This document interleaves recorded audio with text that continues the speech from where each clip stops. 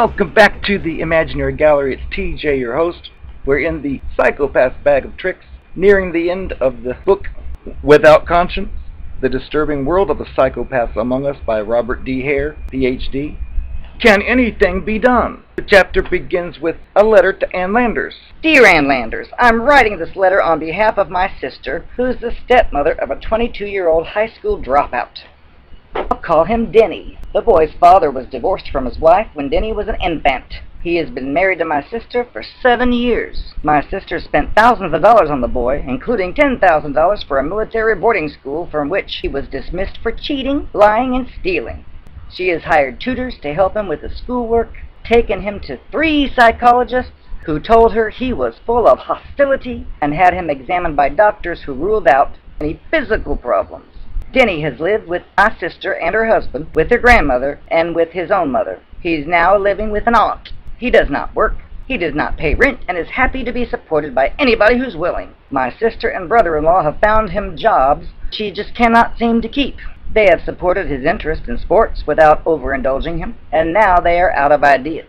Denny does have some good qualities. He doesn't drink or take drugs. However, he's been cruel to my sister's dogs and horses. He's been seen kicking and hitting them. How can this boy be motivated? We fear he will turn to a life of crime unless something is done.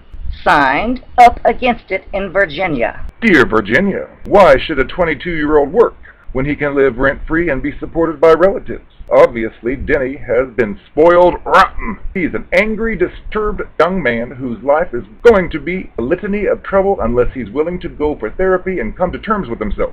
It will take a lot of hard work, but the rewards will be worth it. The next thing he should do is get his high school diploma. Show him this column and tell him if he'd like to write. I'd be happy to hear from him. Signed, Ann Landers. Press Democrat, January 8, 1991. Hare says he doesn't know if Up Against It in Virginia's sister has a psychopath boy on her hands. But if she does, it would be difficult to find a more characteristic response by a layperson in our society. Quit indulging them and send them for therapy. You might even urge him to write to Ann Landers. It's a well-meaning approach and one that most people with financial resources are inclined to take, but where the person in question meets the criteria for psychopathy, it's an approach that is doomed to failure, unless the circumstances, the therapist, and the patient are very unusual indeed. More than 20 years ago, in a book directed at psychologists and psychiatrists, Dr. Hare himself wrote the following: with few exceptions, the traditional forms of psychotherapy, including psychoanalysis, group therapy, client-centered therapy, and psychodrama, have proven ineffective in the treatment of psychopathy, nor have the biological therapies, including psychosurgery, electroshock therapy, and the use of various drugs, fared much better.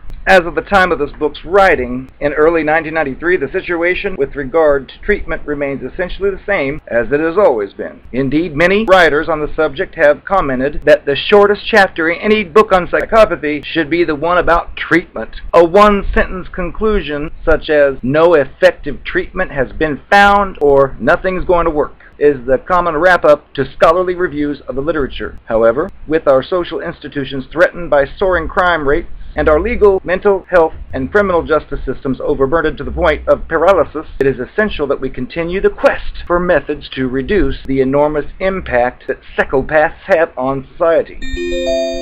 And then he's got a gray box, which, just so you know what that looks like, that's a gray box with a little story in it stating that clinicians often describe psychopaths as individuals whose psychological defense mechanisms effectively squelch anxiety and fear. Laboratory research supports this view and suggests that there may be a biological basis to their ability to cope with stress. This may sound as if psychopaths are to be envied. However, the downside is that the boundary between fearless and foolhardy is fuzzy. Psychopaths are always getting into trouble, in large part because their behavior is not motivated by anxiety or guided by cues that warn of danger or guilt. Like individuals who wear dark sunglasses indoors, they look cool, but they miss much of what goes on around them. Some particularly gruesome examples of the ability to remain cool in what should be an extremely fearful situation have recently come to light. Jeffrey Dahmer, the Milwaukee guy who committed unspeakable crimes, including serial murder, cannibalism, and mutilation, calmly and deliberately convinced police that a naked and bleeding teenager who had escaped from his apartment was actually an adult lover who had been with Dahmer by consent. Dahmer's story was that the two were merely involved in a lover's spat. The police left, apparently reassured, with the boy still in Dahmer's hands. Dahmer murdered the boy soon after they left. During his trial, in which he pleaded guilty, but insane to 15 murders, the jury found him sane. Evidence of other close calls came to light. For example, an Associated Press from February 11, 1992, described an incident in which Dahmer was stopped by police when he was driving the body of his first victim to the junkyard. When an officer pointed his flashlight at a plastic bag containing the dead body, Dahmer calmly said he was upset about his parents' divorce and was taking a late-night drive when he just decided to take the trash out to the dump. He was allowed to drive away. Why nothing seems to work. A basic assumption of psychotherapy is that the patient needs and wants help for distressing or painful psychological and emotional problems, such as anxiety, poor self-esteem, depression, shyness, compulsive behaviors, obsessive thoughts, to name but a few. Successful therapy also requires that the patient actively participates with the therapist in the search for relief of his or her symptoms. To make it brief, the patient must recognize that there is a problem and also must wish to do something about it. And here is the crux of the issue. Psychopaths and other cluster B creatures do not feel that they have psychological or emotional problems, and they see no reason to change their behavior to conform to the societal standards with which they do not agree. To elaborate, psychopaths are generally well satisfied with themselves and with their inner landscape, whatever that may be. Bleak as it may seem to outside observers, they see nothing wrong with themselves. They experience very little personal distress, and they find their behavior to be rational, satisfying, and rewarding. They never look back with regret or forward with concern. They perceive themselves as superior beings in a hostile dog-eat-dog world in which others are competitors for power and resources. Psychopaths feel it is legitimate to manipulate and deceive others in order to obtain their, quote, rights, end quote. Their social interactions are planned to outmaneuver the malevolence they see in others. Given these attitudes, it's not surprising that the purpose of most psychotherapeutic approaches is lost on psychopaths. There are other reasons as to why psychopaths are such poor candidates for therapy. Consider the following. These creatures are not fragile individuals. What they think and do are extensions of a rock-solid personality structure that is extremely resistant to any type of outside influence. By the time they enter a formal treatment program, their attitudes and behavioral patterns have become well entrenched, difficult to budge, even under the best set of circumstances. Many of these creatures are protected from the consequences of their actions by well-meaning family members or well-meaning friends. Their behavior remains relatively unchecked as well as unpunished. Others are skilled enough to weave their way through life without too much personal inconvenience. And even those who are caught and punished for their transgressions typically blame the system, they blame others, or they blame fate. Anything but themselves for their predicament. Many simply enjoy their way of life. Unlike other individuals, psychopaths do not seek help on their own. Instead, they tend to be pushed into therapy by a desperate family, or they enter treatment because of a court order, or as a prelude to applying for parole. Once in therapy, typically these creatures do little more than go through the motions. They're incapable of the emotional intimacy and deep searching for which most therapies strive. The interpersonal relations crucial to success have no intrinsic value to the creature. Here is a psychiatrist's dispirited description of psychopaths, whom he refers to as sociopaths, as patients. Sociopaths have no desire for change, consider insights to be excuses, have no concept of the future, resent all authorities, including all therapists, view the patient role as pitiful, detest being in a position of inferiority, deem therapy a joke, and therapists as objects to be conned, threatened, seduced, or used. Not exactly the introspective search for personal insight and relief that a therapist hopes to find in their patient. Psychopaths typically want to sit out the psychotherapeutic dance, and many therapists are quite willing to let them do just that. Most therapy programs do little more than provide psychopaths with new excuses and rationalizations for their behavior, and new insights into human vulnerability. They may learn new and better ways of manipulating others, but they make little effort to change their own views and attitudes or to understand that other people have needs, feelings, and rights as well. In particular, attempts to teach these creatures how to really feel remorse or empathy are doomed to failure. These sobering conclusions apply to both individual therapies, in which a therapist and a patient interact one-on-one, and to group therapy as well, in which several people with several different problems all discuss them in a group and try to learn from one another and develop new ways of thinking and feeling about themselves and about others.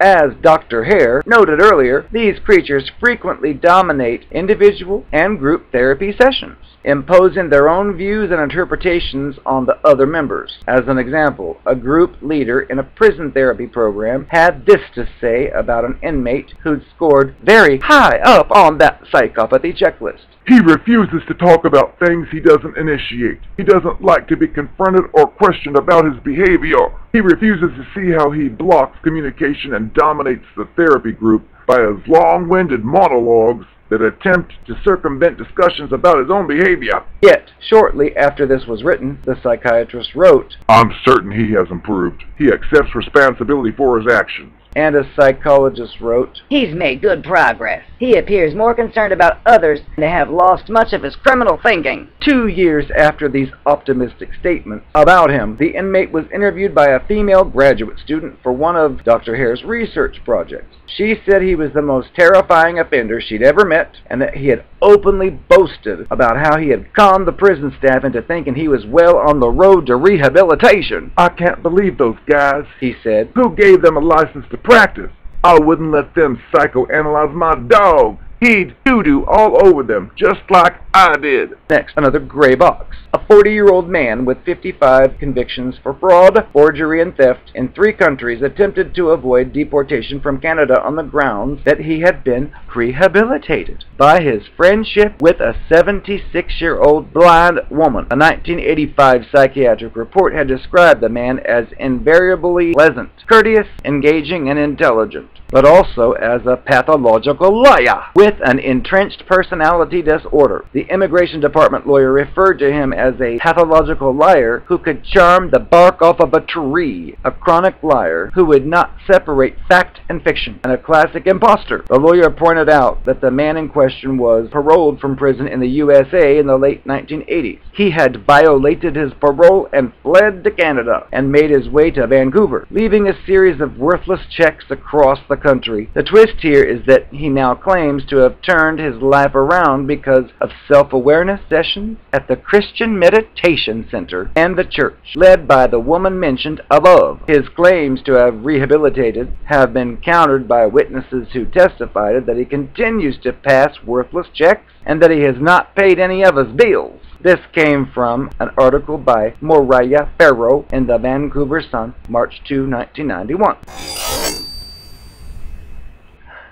As far as my own views on this go, yes, I agree with what I've been reading. It's true with these creatures. They don't think that they have a problem. I mean, you can sit there and look at them and their lives and what's going on in them repeatedly. Look at things they don't have because of things that happened, and you can clearly see when dealing with this type of creature what the problem is. However, it's completely lost on the creature, and if you try to give your insights and say, hey, maybe the reason that this is happening is because of, well, they don't want to hear that from you because you are a serf. They think that they are made of royalty, and that even if you have more education, more money, more friends, more anything, doesn't matter. To them, you are still simply an ant to be crushed by their boot heel. It sounds ridiculous, and you probably go through your time with them thinking already that you know that you're better off than this person. However, it doesn't matter. Even with their long line and trail of broken hearts and destroyed lives behind them, which you probably won't know about usually right off the bat, but you will eventually discover, nothing is ever their fault. I knew one that claimed every single ex it dated all lied and cheated. I thought, really? Every single one? Are you serious? And my first instinct was, well, honey, what's wrong with you? And then it played the victim game, played the pity play, and said, Thanks for saying it's my fault that all my exes cheated. Well, maybe it is, if they all did, because that's not a realistic story. It's one of those extreme examples of all or nothing thinking, which is not valid in the real world in most cases. Every single ex did this. There's a problem on your end, and of course that's not what they want to hear. I threw a few of them off because they think their little games and tricks will work, but honey, I've heard it all, and that's not very good. But yes, they do go through therapy as well, which typically they won't, from what I've seen, unless they still need something from you, and you're the target, and you make demands, and you threaten to leave, or you put a foot down or something. They'll be saying, oh, I'll do whatever it takes. And if you say, okay, I want you to go into therapy for this, they'll gladly go, but not to get better, not to learn anything new. They'll go to please you, and sometimes, which we're going to cover in the next section, they use that therapy to further manipulate. So it's really not helpful for them. The next section is called Therapy May Make Them Worse. Now, of course, to them, they think therapy makes them better. To you, it makes them a hell of a lot worse. I am the narcopath of your dreams. I've got a bone to pick with you. Now that we're through, I've been giving you all my confessions. Well, it's time you learn how I really felt about you. I couldn't stand you and your smugness, how you could catch on to any scam I was trying, sometimes before I even completed it, and you would call it right out for what you thought it was. Well, I didn't bargain for that, because I knew you'd been dumped recently, and figured you were vulnerable. Those are my best victims. I'm like a predator out in the woods. I see all these beautiful birds flying around. I'd love to hide in a tree strategically and jump out and catch one, but I don't have time for that. I'm lazy. So I prefer to find the little bird that happened to have its wings snapped. And I pounced down right on that one. Well, that's what I thought you were. Little did I know that you had experience with my kind. Because every little scheme I tried, you called out the moment I did it. But you're lucky I'm a good liar. I would just say, I don't know what you're talking about. You're wrong. No, that's not what happened. You think you know everything, and it worked because you stuck around. My measure of success is if you stick around. So if we're dating, you catch me in a lie or two, and you still want to date the next time? Well, honey, I'm home free. As far as I'm concerned, you deserve what I give you. If I lied to you like I did, and you found out about it, and you still wanted to see me, well, honey, that's all your fault. If you want to see someone who does that to you, then don't blame me, honey. Blame yourself. Hi, it's me. I know you miss me.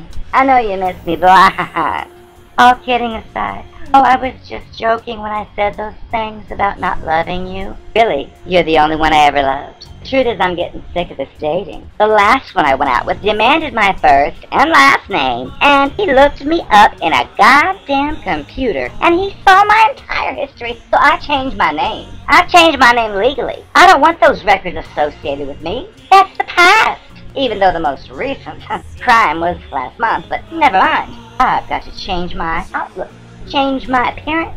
I'm going to have to change my name. I might even have to move to a different town. I have used up this town. Every single guy's been in my bed at least twice, and their father. It's tough being the narcopath. You wouldn't understand. It's your loss. I used to work at the Shady Lady, and I had a lot of shady times there, honey. Well, one time, one of my lovers that figured me out left me for another chick. One night, I knew he was in the club. He knew I was there performing, so I did a special number for him. Here's a little sample of it. Nobody gets the narcopath. I always get the last laugh.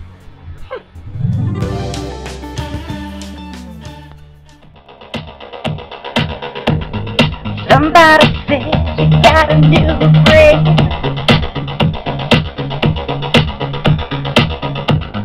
Does she love you better than again? It's a big black sky over my town. I know where you're at, I bet you're right.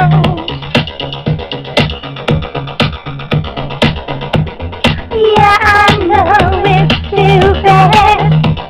I just gotta see it for myself. I'm in the corner, watching you kiss her. Ooh, I'm